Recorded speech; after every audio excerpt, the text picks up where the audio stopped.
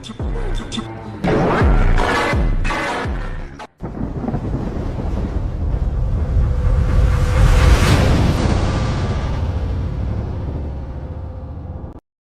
मैं आपको फाइनली बहुत सारी नई चीजें बताऊंगा जो बाइसेप की विड्थ यानी कि चौड़ाई को बढ़ाने में बहुत आपको काम में आएगी।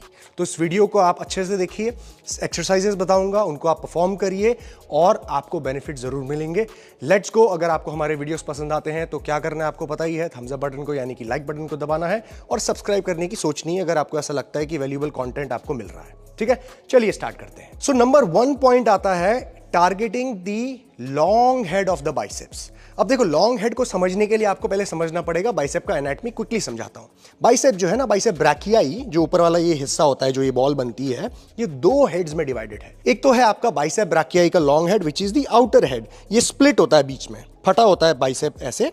ये होता है आपका लॉन्ग हेड बाहर का, और ये अंदर वाला जो हिस्सा है, जो ऐसे बॉल बनती है, पीक बनता है यहां से ऐसे करके, वो होता है आपका शॉर्ट हेड।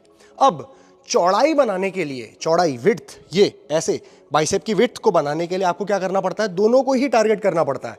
बाहर से आपका लॉन्ग हेड, अंदर से आपका शॉर्ट हेड। जब ये दोनों ही ग्रो होंगे तो चौड़ाई भी बढ़ेगी और ऊंचाई भी बढ़ेगी।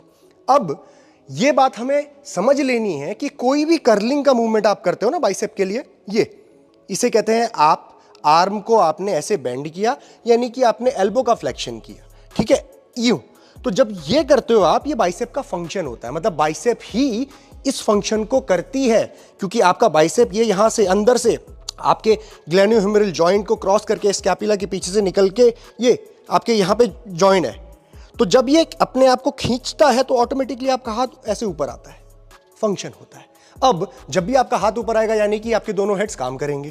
तो आइसोलेशन करना दोनों ही हेड्स को अलग अलग थोड़ा सा डिफिकल्ट है। कोई भी मूवमेंट करोगे दोनों ही टारगेट होंगे, लेकिन कुछ एक्सरसाइजेज में आप एंगल्स को थोड़ा बहुत वेरिएशन देख के कर सकते हो।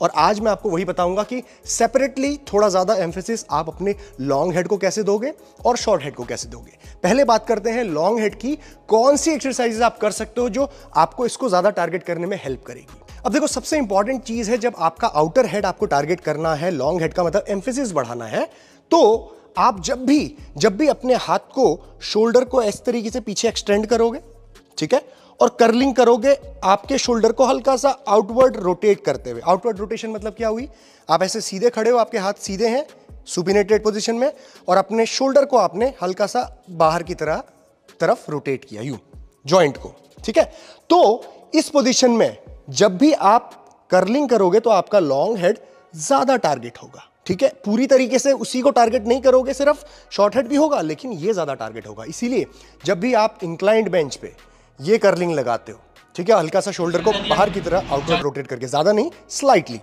तब आपका लॉन्ग हेड बहुत ज्यादा बर्न होता है। और करके देखना, आप इस तरीके से लेटो बेंच में, हाथ को ऐसे लटकाओ, थोड़ा सा वेट पकड़ के रखो बस यहीं पे, और हल्का सा बाइसेप को थोड़ा बाहर की तरफ खोलो, और आपको यहां पे टेंशन महसूस होने लग जाएगी, टाइट हो जाएगा ये।